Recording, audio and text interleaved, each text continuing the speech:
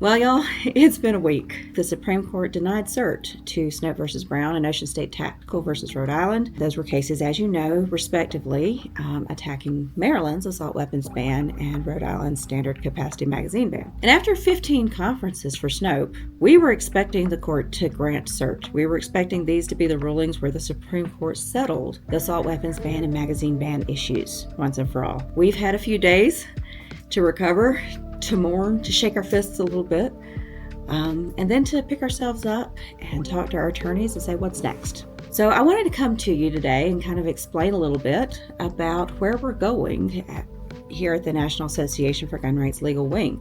What's next for us on the gun ban and magazine ban issue?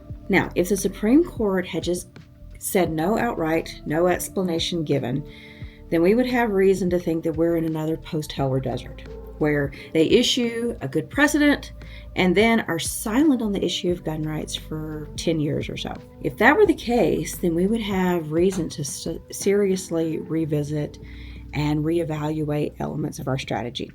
That's not what the Supreme Court did. We got a statement from Justice Kavanaugh kind of explaining where the heads of the Supreme Court are at on this. At least so we assume. It's just one justice, but it reads like he was deputed by the court to explain and make their excuses to those of us in the gun rights litigation community that were counting on that precedent. So what he said actually is very, very significant and very instructive for our strategy. He indicated that the Fourth Circuit got it wrong. Now, he didn't use super strong language, and that's not entirely surprising because he's not actually weighing in on the issue.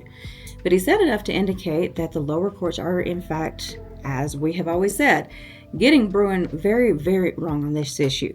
And then he went on to say this: although the court today denies certiorari, a denial of certiorari does not mean that the court agrees with a lower court decision or that the issue is not worthy of review.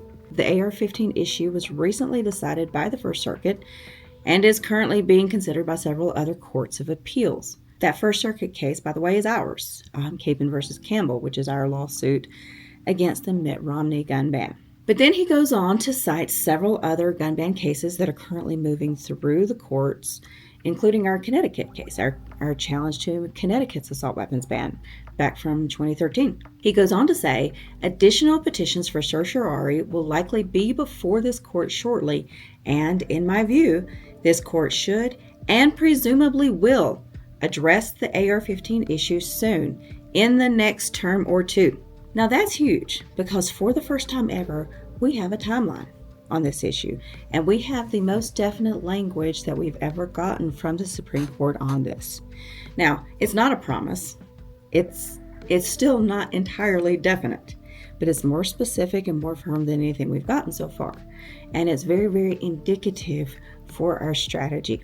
Basically, what they're saying is to keep the cases coming because they know they're not getting out of this. And they went on to name, as I mentioned, two of our lawsuits specifically, our two New England lawsuits that challenge the Connecticut and the Massachusetts assault weapons bans and magazine bans. And we know the Supreme Court now is watching them, that those and a whole host of other gun ban and magazine ban cases that Justice Kavanaugh went on to name specifically as well. So they know what's happening in the lower courts, and they are telling us to keep coming to the Supreme Court because they will be taking one of these cases. So what does that mean for us? It means that we're on the right track. It means that our strategy, as of now, is still sound. It's just taking longer than we thought it would. It's taking longer than we hoped it would. And the Supreme Court, make no mistake, should be weighing in. A right delayed is a right denied. But we always knew this would be a long game. We always knew that litigation takes a long time. So our strategy, to sum it up, is not changing. We've said all along that we're going to keep banging on the door of the Supreme Court on the gun and magazine ban issue until they let us in. And that is what we are going to do. So why did they say no?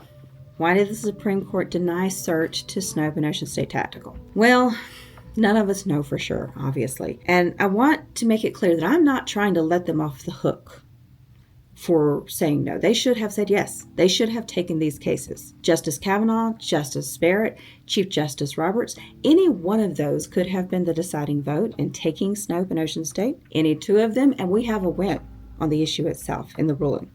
It's not okay that they said no.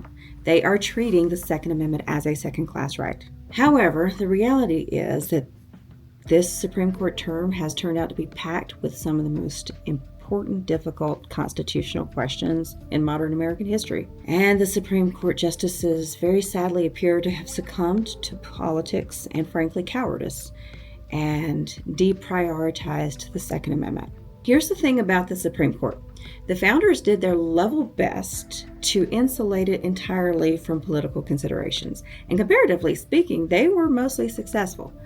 But anytime you have human nature and power, you have politics. And Supreme Court justices are no different from that. And anytime you have politicians, by that definition, their number one goal is the preservation of their power. That is why you see public officials in all branches of government working so hard to do so little so as to make so few people angry as possible. And if the Supreme Court didn't operate in that way, at least at some level, you wouldn't have Chief Justice Roberts making the political capital calculations he's so famous for making. We know this. It's no coincidence that it was only after half the country passed constitutional carry legislation that the Supreme Court actually gave us a precedent acknowledging that the Second Amendment protects our right to public carry. It's only by refusing to give up that you force change. We would make Chief Justice Roberts' life a whole lot easier if we just gave up and went home. He knows that, and we know that. And it's because he knows we're not going to do that, we are not going to let him off the hook with this, that we will eventually get a nationwide precedent striking down assault weapons bans and magazine bans once and for all. Now, there is some good news on this issue, and it came kind of from an unexpected source. The Supreme Court also ruled in Smith & Wesson versus Mexico, and they ruled that Mexico is not allowed to sue gun manufacturers and try to force them out of business in retaliation for their own cartel violence problem. But in that ruling, which was authored by one of the liberal justices, Justice Elena Kagan, for a unanimous court, she said this: as noted above, Mexico here focuses on the manufacturer's production of military-style assault weapons, among which it includes AR-15 rifles, AK-47 rifles, and .50 caliber sniper rifles. But those products are both widely legal and bought by many ordinary consumers. The AR-15 is the most popular rifle in the country. That's in the main opinion, speaking for a unanimous court. That's pretty huge, because what she's doing there is she's shredding the lower court's most common workarounds for the Bruin precedent.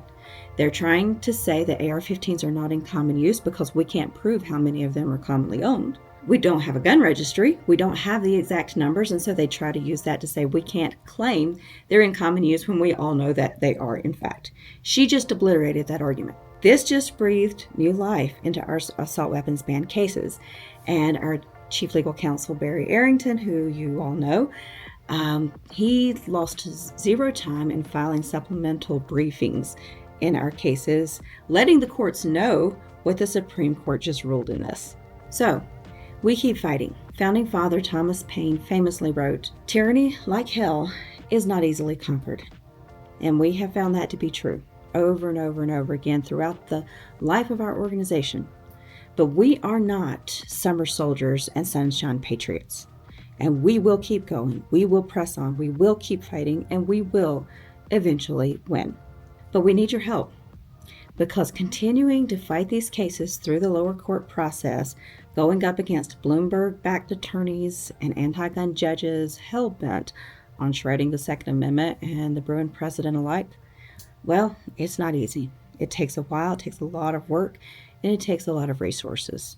So I'm hoping you will stand with us in the fight by making a contribution to our legal war chest. There's a link in the description below where you can do that. And we will keep fighting, and we will eventually succeed. Thank you very much.